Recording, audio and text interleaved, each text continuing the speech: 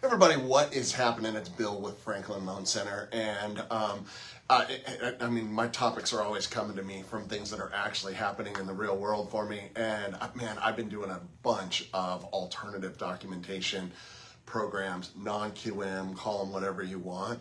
But the main one I've been using, actually there's a couple, but the main one I want to talk about today is these bank statement programs.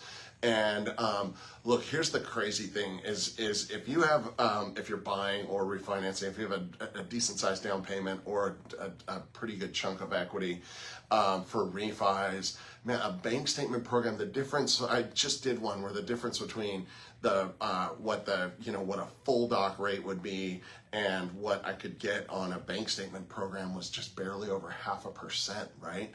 And so 0.5% is a big deal, but if the alternative is waiting until you file a couple of years of taxes to qualify, and then B, the amount of money you have to pay in tax to actually qualify, it's insane. I mean, we were playing around with some rough numbers, and you're going to end up paying 60, 70 grand. I mean, if you're going to buy $1 million house, let's say, in taxes to qualify, right? And which means you're just going to leave money on the table as far as taxes go. Look, I'm not telling anybody, look, go cheat on your taxes so we can use a bank statement program. What I am saying is, look, stay with the aggressive tax plan and keep those tax dollars in your pocket. Yeah, you're going to have a payment that's a little bit higher, but you're going to pay that payment over time.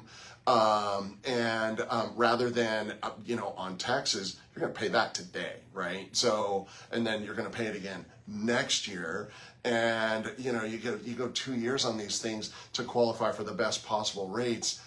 It's the easiest math in the world, to just stick with the plan, the aggressive tax plan, and let's just get you into a bank statement program.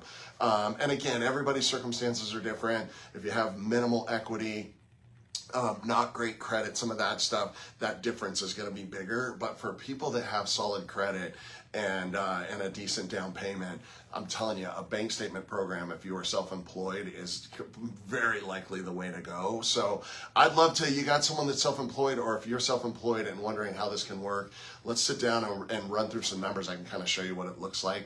But I mean, I messed around with a couple recently, and it was like a 10-year break-even point on spending the money on the taxes today versus, the difference in the payment. It was just insane. So just wanted to throw that out there. All sorts of alternative doc. There's also, debt service coverage ratio, DSCR programs, P&L programs, all sorts of stuff out there. Look, if you're sitting on the sidelines because you're self-employed and thinking you can't get in, now might be a better time than you think. So I'm Bill, I'm with Franklin Loan Center, and I'll see you all next week.